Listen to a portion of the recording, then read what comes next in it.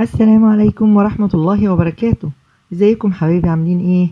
النهاردة ان شاء الله في مطبخ حورية هنعمل مع بعض الطعمية او الفلافل. عندنا ربع كيلو فول مدشوش منقوع من بالليل، بصلاية متوسطة، مش هنكتر البصل عشان ما تبقاش طرية، 3 فصوص توم، وحزمة كرات مقطعاها صغير وعبيتها في مج اهو عشان تعرفوا قد ايه، ساعات الحزمة تبقى كبيرة ساعات صغيرة. وهنشوف بقى دلوقتي الخطوات بتاعتنا.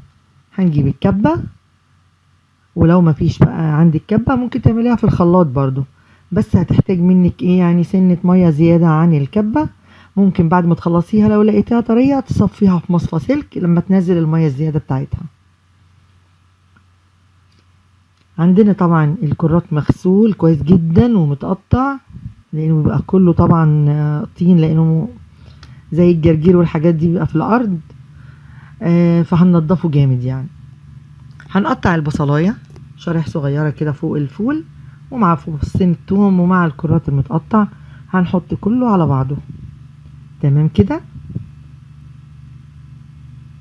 هنقلبهم مع بعض ونبدأ نفرمهم في الكبة. هنحط شوية بشوية طبعا علشان ايه ما نكترش المية قوي. تمام، طبعا الربع كيلو هيعملك حبة حلوين جدا، هتشوفي دلوقتي في الفيديو. انا هقسمهم على مرتين،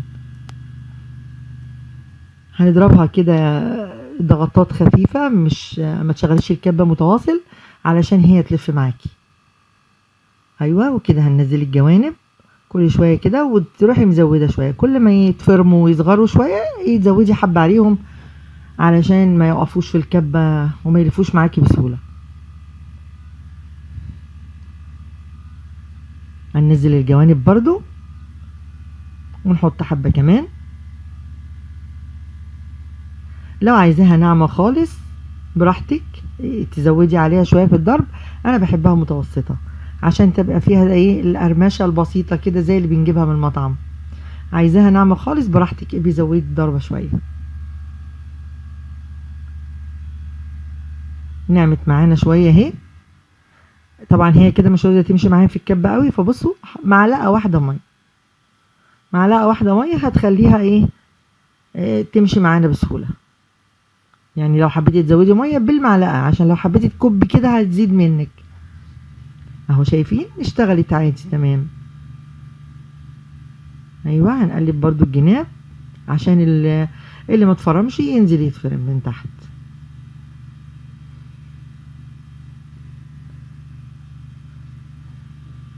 ايوه كده بقوا حلوين قوي، كده خشنة شوية، اللي عايزها انعم يبقى يضربها حبة كمان. هنفضيهم ونعمل بقى الباقيين.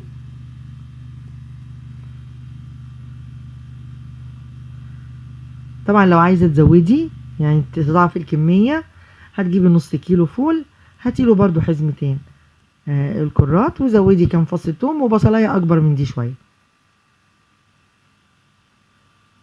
هنكمل بقى ضربها، نفرمها كويس قوي. اهو شايفين ننزل الجوانب، لان اللي تحت بينعم اكتر من اللي فوق، فلازم تقلبيها كل شوية عشان تبقى كلها زي بعضها. ايوه كده تمام. اهو حطيتهم بقى كلهم، اما بقوا قليلين دلوقتي هحطهم كلهم مع بعض واديهم ضربة كده مع بعض عشان يختلطوا، ما يتطلعش حبة مثلا فيهم الكرات اكتر من التانية، حبة فيها البصل اكتر من التانية، فكلها هتتخلط مع بعضها. ايوه شايفين ماشية ازاي في الكبة كويس علشان معلقة المية اللي حطيناها.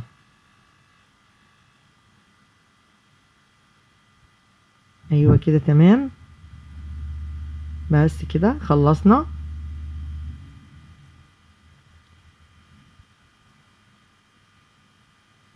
طبعا الطعمية اما تعمليها ما تحطيش عليها اي توابل، لو هتشيليها في التلاجة يعني في الفريزر هنشيل دلوقتي نصها زي ما انتوا هتشوفوا من غير اي توابل، لانك لو حطيت لها ملح الملح بيمص كل المية اللي فيها وبتبقى ناشفة. فانتي عايزة تعبيها في الفريزر عبيها زي ما هي كده، ولما تطلعيها هنشوف دلوقتي هنعمل فيها ايه بقى اما نيجي نعملها. والتوابل دي اخر حاجة قبل ما خلاص هتقليها تحطي التوابل. تمام كده. ادي كده انا حطيت نصهم في كيس. ايوه، هنسويه كده في الكيس عشان ما يبقاش مكلكع وياخد وقت عقبال ما يتجمد. كده اما يبقى رقيق كده سمكه مش كبير بيجمد بسرعة. ده بقى اللي هناخده هنقليه.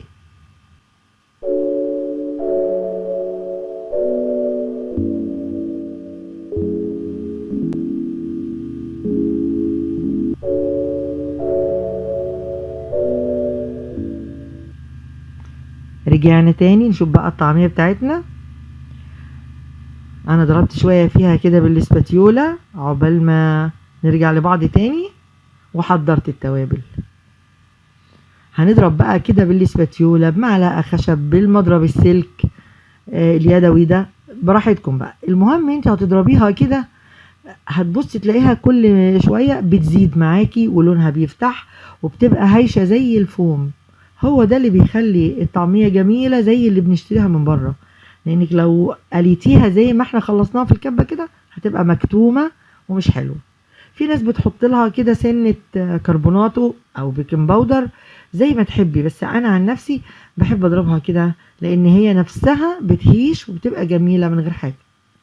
في ناس يعني علشان ما يضربوهاش كتير وايديهم توجعهم بيحطوا لها مثلا يعني على حرف المعلقة الصغيرة كده بيكنج باودر.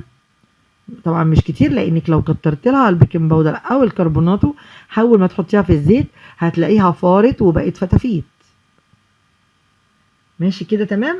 فخلينا في المضمون، اضربيها كويس جدا لحد ما تحسي انها بقت هشة خالص وزي الفوم وخفيفة بايديكي.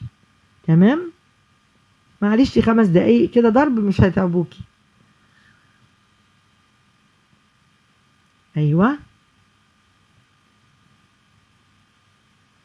شايفين بتزيد ازاي، حجمها بيكتر ولونها بيفتح.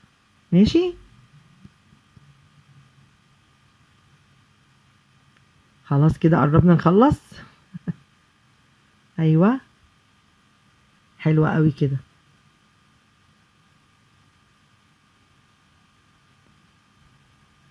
بس كده تمام. هناخدها بقى ونروح على البوتاجاز هنضيف التوابل ونقلبها كده خفيف تقليبتين خفاف ونبدأ نقلي. ماشي كده. ادي التوابل، يلا بينا.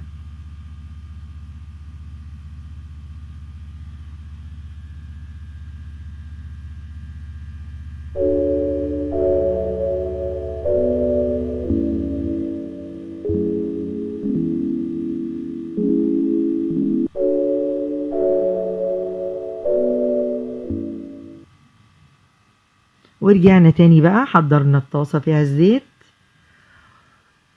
وادي الطعمية بتاعتنا وحطينا عليها التوابل. ايه التوابل بقى دي؟ عبارة عن ايه؟ كمون وده اساسي، نص معلقة كمون، معلقة ملح صغيرة، شوية بابريكا، شوية شطة، شوية فلفل اسود، واهم حاجة برضو نص معلقة كزبرة ناشفة زي اللي بنعملها للملوخية كده في الطشة. والكمون الاساسي الكزبرة الناشفة والكمون. طبعا الشطة اختياري، طبعا الملح برضو اساسي. بس هنبدأ بقى نعملها كده قراص على قد ما تحبي بقى، كبيرة او صغيرة، وتبقي محضرة جنبك بقى شوية سمسم وتحطي على وشها وانتي بتعمليها وعلى الطاسة. خلي بالك طبعا وانتي بتحطي في الزيت. انا عملت شوية همت وادي شوية مدورين زي الصغيرة كده اللي في المطعم. انا هقلي معاكم دلوقتي نصها علشان تشوفوها في الطاسة وهكملها بعدين ونشوفها في الاخر مع بعض عاملة ايه. ما تحركهاش طبعا في الطاسة الا ما تحسي ان الحروف احمرت عشان ما تتفتفتش منك. اول ما تمسك نفسها وتلاقي الحروف بقت ذهبي تقدري بقى تحركيها وتحطي واحدة كمان جنبها. ايوه كده تمام اهو. هنبدأ نقلبها،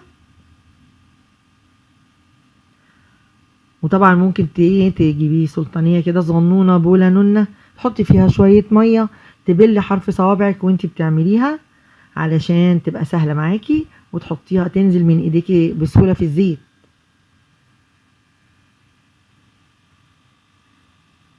هي بتاخدش سوا طبعا، يعني ما تحاوليش توطي النار قوي عليها، متوسطة كويس، لان هي طبعا بتتحمر كده وتبقى طرية من جوه. لو وطيتي النار عليها هتشرب الزيت ومش هتبقى كويسة. بس ما تقدحيش الزيت جامد قبل ما تشغليها، يعني اول ما الزيت يسخن قبل ما تحطيها في الزيت خلي الزيت يسخن. خلاص كده خلصنا، انا هكمل بعدين بقى. ودي طعميتنا اهي جهزت، ناكل جنبها بقى شرايح طماطم، خيار، مخلل، بألف هنا وشفا.